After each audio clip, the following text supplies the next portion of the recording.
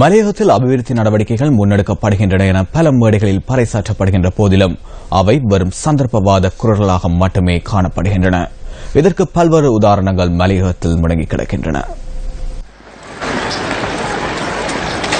அபிவிருத்தி எனும் எண்ணக்கருவில் போக்குவரத்து முக்கியத்துவம் வகிக்கின்றது.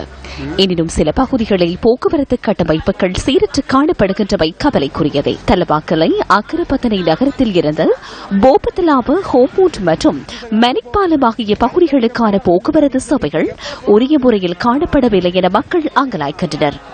குறித்த பகுதிகளுக்கு மேற்கொள்ளப்பட்ட அவசர பஸ் சேவையும் தற்போது இடைநிறுத்தப்பட்டுள்ளதாக குறிப்பிடப்பட்டுள்ளது.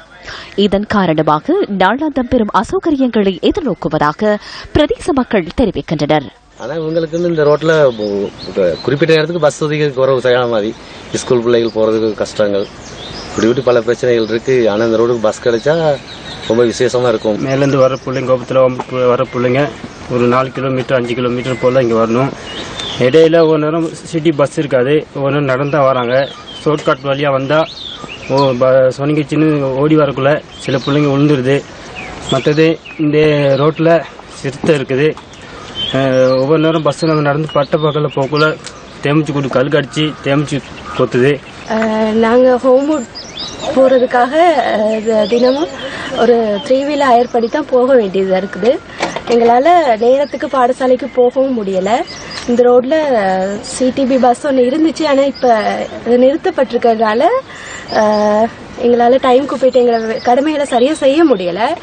தனியாக சனிக்கிழமைகளில் எங்களுக்கான வாகனங்கள் இருக்காது, மேலதிக கடமைகளை செய்ய முடியாமல் இருக்குது.